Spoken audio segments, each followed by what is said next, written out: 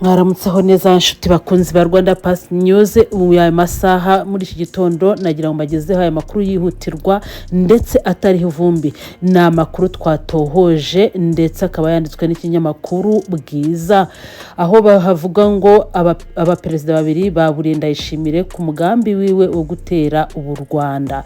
Perezida Evariste Ndayishimiye w'u Burundi biravugwa ko aherutse guhamagarwa n'abaperezida b'ibihugu bibiri byo mu karere bakamuburira ku mugambi bafite wo gutera u Rwanda. Ni nyuma yandi makuru amaze iminsi avuga ko u Burundi bwabumaze igihe buhabwa n'Ububirigi intwaro n'ibikoresho bya gisirikare byo kwifashisha umugambi mubi wo gutera u Rwanda mu rwego rwo gukuraho ubutegetsi buyobowe na Perezida Paul Kagame. Uyu mugambi kandi unavugwamo n'ibindi bihugu birimo Repubulika Iharanira Demokarasi ya Kongo, Angola, Afrika y'Epfo, Tanzania ndetse n'umutwe wa genosideri wa FDLR. Amakuru yizewe Bwiza yahawe n'abantu bazi cyangwa begereye iki kibazo avuga ko abaperezida Yoweri Museveni, Kaguta Museveni wa Uganda na William Samuel Ruto wa Kenya baheruka guhamagara Ndayishimiye bakamusaba kwitondera uriya mugambi. Biravugwa ko Perezida Museveni yaburiye Ndayishimiye ko bari kumukoresha ngo azatera u Rwanda bamushuka ndetse ko bizarangira yicujije. Ngo yamuburiye kandi ko niba ashaka ko ubutegetsi bwe burangira yatera u Rwanda. Ruto bivugwa ko yahamagaye Ndayishimiye mbere y'uruzinduko aheruka kugirira i Ouagadougou muri Burkina Faso. Amakuru akomeza avuga ko yanamweruriye ko atazi u Rwanda ndetse ko mu minsi 3 gusa aruteye intambara yabirimo kubera ibijumbura we arimo guhungira Tanzania. Ngo yanamubwiye ko niba atazi ukuntu abarwanyi ba M23 bakomeye, ingabo z'u Rwanda zikomeye nkabo inshuro 100.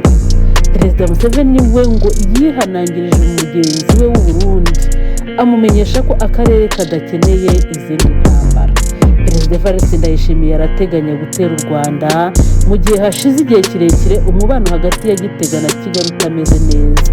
Ibibazo bya politiki byadutse mu Burundi kubera manda ya gatatu ya Perezida Pierre Nkurunziza byagize ingaruka mbi nyinshi ku mubano w'u Rwanda n'u Burundi. Kuva muri Mata 2015 u Rwanda rwakiriye impunzi zirenga 70 z'abarundi. Muri izi mpunzi harimo abanyapolitiki barwanyije manda ya gatatu ya Pierre Nkurunziza birangira bagiye mu buhungiro. Kuva ubwo u Burundi bwashinje u Rwanda gushyigikira abari inyuma y'umugambi wapfuye ndetse kuva mu myaka 2 ishize Gitega yakunze gushinja Kigali gutoza inyeshyamba zo mu mutwe wa Tabara urwanya ubutegetsi bwayo. Ni ibirego u Rwanda rwakunze gutera utwatsi rushimangira ko nta nyungu rufite mu kibazo cy'u Burundi. Mu mwaka ushize wa 2025 ubwo Ndayishimiye yakunze kumvikana ashinja u Rwanda kuba rufite umugambi wo gutera igihugu cye ruciye muri DRC, aburira amahanga ko natarafatira ingamba intambara izaba iya rusange. Ndayishimiye kandi mu kiganiro yigeze guha BBC yavuze ko u Rwanda nirushima gutera ubujumbura ruciye Uvira natwe Kigali si kure tuzaca mu Kirundo.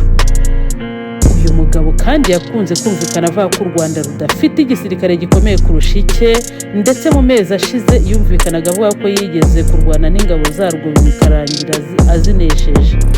Ni amagambo Perezida w'u Burundi yakunze kuvuga mu gihe kuva mu myaka mike ishize igihugu cye gikomeje kugirana umubano udasanzwe n'umutwe wa FDLR nawo wari umaze igihe ufite umugambi wo gutera u Rwanda ugakuraho ubutegetsi. Uwo mugambi Ndayishimiye ubwe yeruye ashyigikiye ubwo kuwa 21 Mutarama 2022 yarimo aganira n'urubyiruko rw'Kinshasa, aha yari yitabiriye umuhango w'irahira rya Perezida Felix Antoine Tshisekedi. Guverinoma y'u Rwanda icyo gihe yavuze ko kuba umuntu yahamagarira urubyiruko rw'u Rwanda guhirika leta yabo biteye impungenge nyuma ko kubona umuyobozi w'igihugu w'igihugu cy'igituranye akora ibintu nk'ibyo ndetse akabikoresha ku rubuga rw'umuryango wa Afurika yunze ubumwe ari amahano kandi bikaba binyuranyije n'amahame y'umuryango. Ku ruhande rw'u Rwanda rushinja abayobozi b'u Burundi kwakira inyeshyamba za FDLR, umutwe ufitanye isano n'abasize bakoze jenoside mu Rwanda bishe abatutsi, ubusanzwe ubarizwa mu burasirazuba bwa Kongo. Kuri ubu amakuru avuga ko kugira ngo umugambi w'u Burundi wo gutera u Rwanda uzagende neza, iki gihugu cyasabye Ububiligi gufasha ko Ububiligi bwagifasha burimo kubahereza intwaro zigezweho ndetse n'ubwirinzi bw'ibitero byo mu kirere mbere yo kubuha intwaro ziganjemo izari zimaze igihe kirekire mu bubiko. U Burundi kandi bwabwiye Ububiligi ko kugira ngo bigende neza bwafatanya na FDLR. Amakuru avuga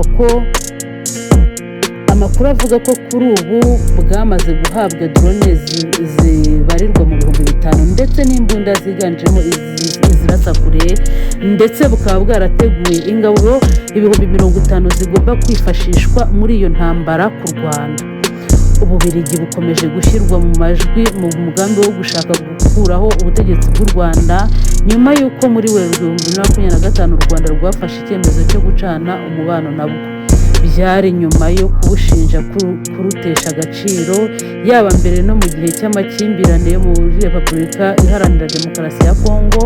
Ububiligi bufite uruhare mu mateka mabi by'umwihariko mu gukora ibikorwa bibangamira u Rwanda. Rwabushinje kandi gufata uruhande mu makimbirane ari kuba ku ruhande rw'u Rwanda, ndetse Ububiligi rwo rugahitamo kubangamira u Rwanda kandi rugakwirakwiza ibinyoma kugira ngo hafatwe. Rwabushinje kandi gufata uruhande mu makimbirane ari kuba kujya ku ruhande rubangamiye u Rwanda kandi rugakwirakwiza ibinyoma kugira ngo hafatwe ibyemezo bibangamiye u Rwanda, ariko byose bigamije guhungabanya u Rwanda n'akarere.